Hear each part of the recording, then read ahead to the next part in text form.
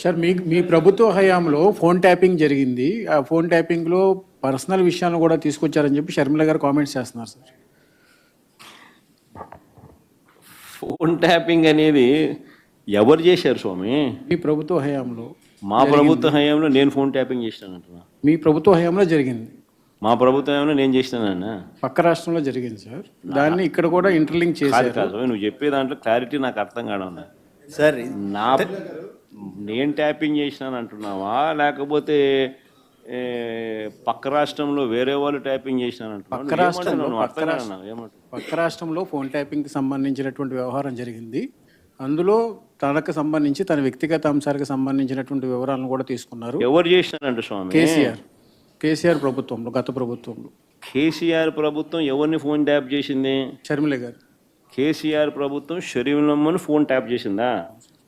అంటే బహుశా షర్మిలమ్మ రాష్ట్రంలో అప్పట్లో క్రియాశీలకంగా పార్టీ పెట్టిన నేపథ్యంలో చేసినాడేమో, నాకేం తెలుసు.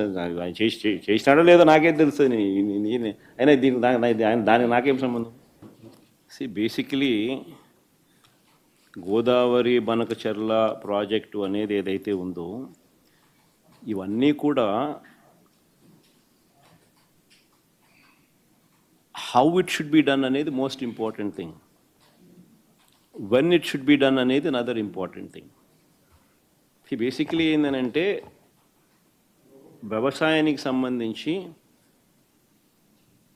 శ్రీశైలం నుంచి నీళ్లు పైకి నాగార్జున సాగర్కు పంపించాల్సిన అవసరం లేకపోతే రాయలసీమ ప్రాంతం మొత్తం శ్రీశైలం నీళ్లు వాడుకోగలిగే స్వేచ్ఛ రాయలసీమకు ఉంటే అప్పుడు ఇంకా నీళ్లు పైకి పంపించాల్సిన అవసరం లేదు.